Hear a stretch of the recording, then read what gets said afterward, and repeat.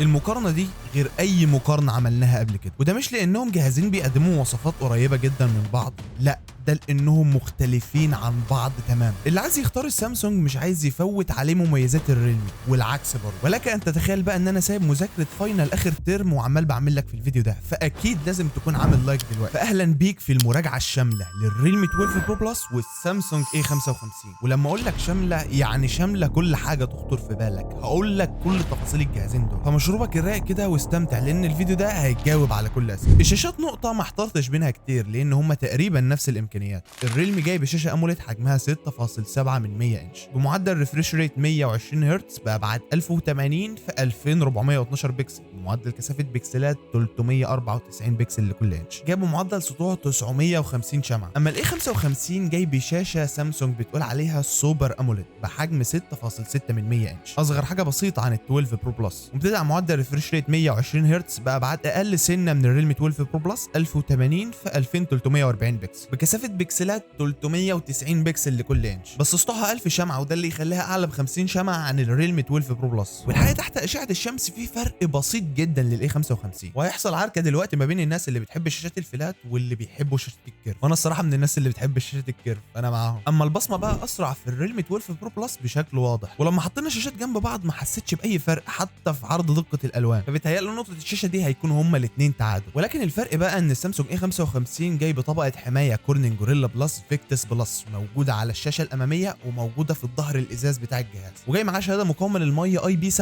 ودي بتضمن ان الجهاز ممكن يقعد تحت عمق متر لمده نص ساعه. الريلمي 12 برو بلس جاي معاه شهاده مقاومه للميه برضه بس اي بي 65، ودي ضد طرطشه الميه. كشكل التصميم نفسه فوالله انا احترت، يعني الشكل اللي ورا للريلمي 12 برو بلس منتهى الشياكه. الاي 55 برضه هيخليك محتار، حاجه فخمه كده. تصميم اجهزه سامسونج الفلاج شيب شبه الاس 23 والاس 24، والفريم اللي محاوط الاي 55 جاي من المعدن، بس اللي في الريلمي 12 برو بلس بلاستيك. بس الظهر الجلد اللي في الريلمي 12 برو بلس يخليك محتار جدا برضه. عايزك تقول لي كده ايه التصميم الاحلى بالنسبه لك؟ ولكن بعد كل ده وخصوصا شهاده مقاومه الميه، فانا مضطر ادي نقطه خامات التصنيع دي للسامسونج اي 55. الاداء بقى حصل فيه تطور كبير جدا في الجهازين بالنسبه للجيل اللي فات منهم. يعني مثلا عندك الريلمي 12 برو بلس جاي بمعالج من شركه كوالكوم سناب دراجون 7 اس جين 2، ده معالج بمعماريه تصنيع 4 نانومتر مع معالج رسومي ادرينو 710. اما سامسونج ما خرجش من بره بيته، جاي بمعالجات الشركه نفسها اكزينوس 1480، برضه ده معالج بمعماريه تصنيع 4 نانومتر مع المعالج الرسومي من سامسونج اكس كليبس والله ما عارف اسم نكته.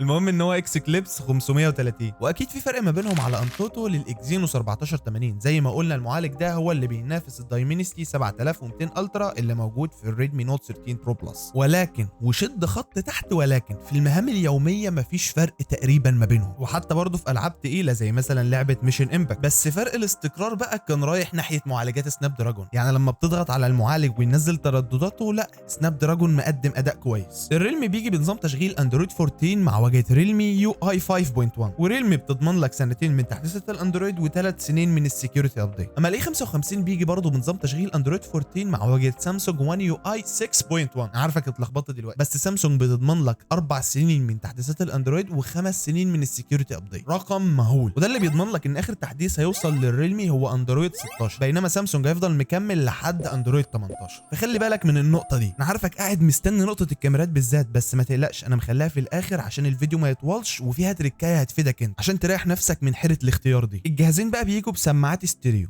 ودي تجربه الصوت.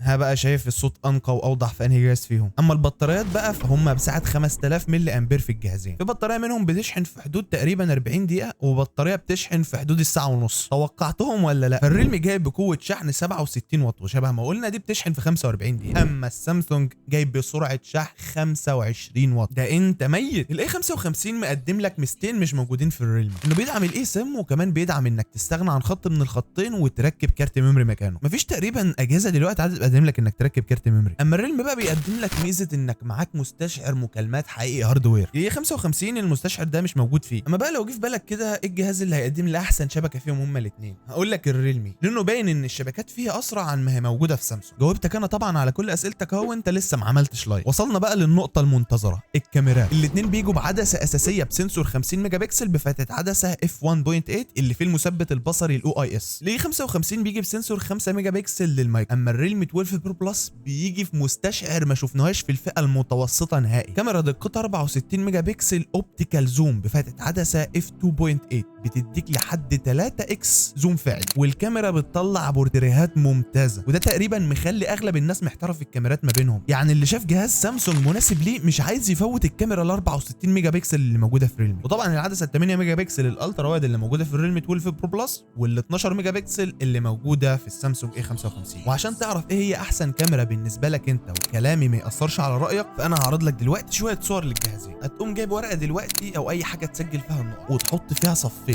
صف للجهاز A وصف للجهاز B، وكل جهاز تشوف فيه الصوره احسن بالنسبه لك تديله نقطه. وعشان الفيديو ما يطولش مننا قوي، ممكن وانت بتتفرج على الصور تقلل انت سرعه الفيديو للنص. انا متحمس بجد اعرف مين اللي هيكسب في الجهازين دول. هتلاقي تحت عندك انا عامل كومنتين، كومنت للجهاز E وكومنت للجهاز B، واكتر جهاز جاب لايكات هنعرف ان هو اللي كسب. وانا هخفي الوتر مارك اللي بتتعرض على الصور عشان ما تعرفش اي جهاز فيهم. وانا حبيت نبدا بالتصوير العادي اللي هو الصور اللي ما فيش فيها اي افتكاسات ما بين الجهازين. اي حد بيصور هيطلع نفس النتيجه دي. عايزك انت تشوف معادله الالوان وتقارن ما بينهم، ما بين الجهاز A والجهاز B، تشوف الوان السما، تشوف التفاصيل اللي بتطلع من الصور، معالجه ادق التفاصيل تخلي بالك منها، وفي الاخر القرار هيرجع لك انت.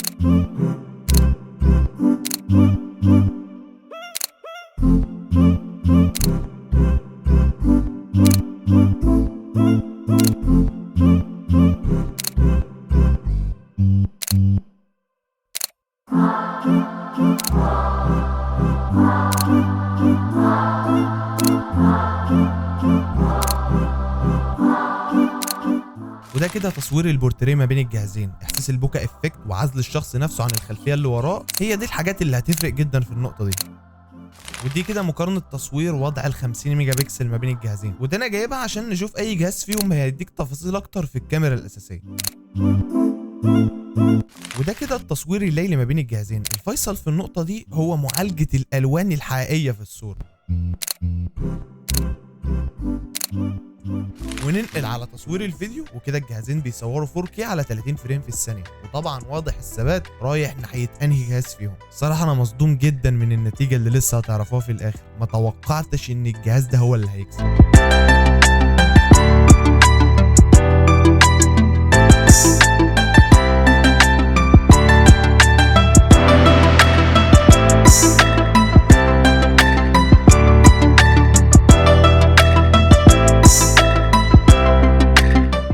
وده كده تصوير الفيديو بالليل.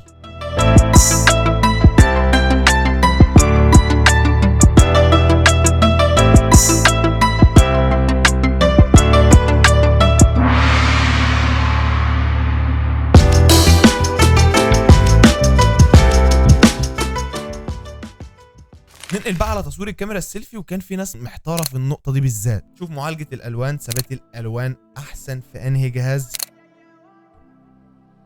ونشوف جودة تصوير الفيديو بالكاميرا السيلفي. وده طبعا هيفيد الناس اللي هي بتحب تفلوج كتير، اللي بيصور نفسه، صانع المحتوى، الحاجات دي كلها. نركز في نقطة السكين تون، الجهاز اللي بيطلع الوان بشرة حقيقية، وثبات الالوان لما بننتقل مثلا من ضوء الشمس لحتة تانية، فالثبات في حتة الالوان دي بالذات هو اللي هيفرق معاك في النقطة دي. تعالوا بقى نشوف الكاميرا نفسها وهي بتصور فيديو. الاستابلايزيشن بتاع الجهاز نفسه هيكون عامل ازاي لو انت بتهزه، او لو انت مثلا بتصور في منطقة وانت راكب عربية، راكب مركب، الثبات بتاع المثبت البصري هيكون عامل معاك ازاي في الكاميرا السيلفي. ده كده تصوير الكاميرا السيلفي في اضاءة يعتبر منعدمة. في فرق واضح جدا ما بين الجهازين. طيب احنا كده خلصنا المقارنة بتاعتنا. متحمس جدا اعرف انهي جهاز اللي كسب معاك فيهم. الجهاز بي هو الريلمي 12 برو بلس، واكيد ايه هو الاي 55 مش محتاجه يعني. ولكن دي ما كانتش كل حاجه في الكاميرات، لان زي ما قلت لك عندنا عدسه 64 ميجا بكسل في ال 12 برو بلس. تعالوا اما نشوف صورها بتطلع عامله ازاي. البورتريه 3 اكس ما بينها وما بين الاي 55 اللي اخره 1 اكس. هنشوف النتيجه ونشوف معالجه الالوان والتفاصيل اللي طالعه افضل من انهي جهاز. ولو انت بتتصور بورتريه كتير فالكاميرا دي هتكون ممتازه جدا بالنسبه لك. وما تقلقش، ما نسيتش ان ريلمي 12 برو بلس بيصور 120 اكس زوم، فجايب لك المقارنه بتاعتهم برضو ما بين التفاصيل، واضح الفرق جدا ما بينهم هما الاثنين. وفي الصوره دي مثلا ال2 اكس بتاعت الريلمي 12 برو بلس هيها نفس مستوى ال4 اكس بتاعت سامسونج اي 55. ده كده في مستوى ال10 اكس. نتعمق اكتر لحد ما ندخل لل20 اكس، وواضح ان السامسونج اي 55 بيعاني. الصوره بكسلت جدا لحد ما نوصل ل 120 اكس زوم. الكاميرا دي ممتازه برضو حتى في اضاءات منخفضه جدا، يعني الصوره اللي انت شايفها قدامك دي باين المنطقه اللي بيصور فيها الجهازين الاضاءه فيها قليله جدا. ووصلنا لحد 10 اكس، وانا هسيبك انت تحكم، مش محتاج اتكلم عن مقارنه تصوير الجهازين قدام بعض. وللناس اللي بتحب تصور القمر يعني، فدي كده مقارنه تصوير القمر ما بين الجهازين، ال10 اكس بتاع السامسونج اي 55 وال120 اكس بتاع ريلمي. هل كنت متوقع اننا نوصل للنتيجه دي اصلا؟ فبعيدا دلوقتي عن نقطه الكاميرات، تعال نقول الاسعار. النسخه ال 128 جيجا مع 8 جيجا رام للسامسونج اي 55 بتبدا من $370. النسخه الاعلى بقى ال 256 جيجا مع 8 جيجا رام $390. اما بقى نسخ الريلمي 12 برو بلس ال 256 جيجا مع 12 جيجا رام عامله $360، وال 512 جيجا مع 12 جيجا رام سعرها هو سعر ال 256 جيجا من الاي 55 $390. سعر النسخه دي للاي 55 رخص جدا في السعوديه، بعد ما كان عامل 1433 ريال بقى دلوقتي عامل 1390 ريال على مكتبه جرير. واللي لحد دلوقتي مش فاهم هو ازاي اغلى في الامارات من ما هو موجود في السعوديه، بس عامل 1475 درهم اماراتي، وده على نفس الموقع. لو حد من الامارات يبين لنا ده. سعر النسخه ال 512 جيجا مع 12 جيجا رام على مكتبه جرير الريلمي 12 برو بلس، والصراحه انا شايفه سعر عالي جدا، 1651 ريال سعودي. النسخه دي في الامارات عامله 1469 درهم اماراتي. اما بقى في مصرنا الحبيبه سعر النسخه دي عامل 19000 جنيه، والصراحه انا شايفه سعر كويس قوي على النسخه ال 512 جيجا. وسعر بقى النسخه ال 128 جيجا مع 8 جيجا رام للاي 55 في مصر هوها نفس سعر الريلمي 12 برو بلس ال 512 جيجا، ده تقريبا اغلى منه كمان. والنسخه ال 256 جيجا مع 8 جيجا رام على امازون عامله 21000 جنيه. في لخبطه بنت لذينه في الاسعار ما بين دوله للتانيه. واخواننا في العراق والجزائر انا محتاجكم في الفيديو ده بالذات، انا مش محتاج اتكلم، الرجاله في الكومنت متوصيه من نفسها. وعشان ممكن في ناس كتيره يبقى عندهم حيره ما بين الجهازين دول بالذات، انا قلت لك الريفرنس بتاعك الاساسي هو نقطه الكاميرات، يعني انت دور على انهي كاميرا عجبتك اكتر واختار الجهاز على اساسها. لسه كمان محتار، قدر المميزات ما بين الجهاز ده والجهاز ده. يعني شوف مثلا سامسونج هتديك تحديثات اكتر، جهاز شبه ريلمي لو انت بتصور كتير فانت عندك حدثه تيليفوتو هتديك بورتريهات ممتازه. فحدد اختياراتك انت، ويجي في الاخر برضه نقطه السعر، وافتكر انك في سامسونج لسه هتدفع حق الشاحن والسكرينه والجرام. ممكن دي ما تكونش نقطه فارقه للبعض، بس قلت افكرك بيها. وبس كده اكون انا خلصت. ما تنسانيش من الشير، اللايك، كومنت، سبسكرايب، وما تنساش انك تدعي لي لان عندي امتحان قريب. اشوفك الفيديو الجاي، سلام.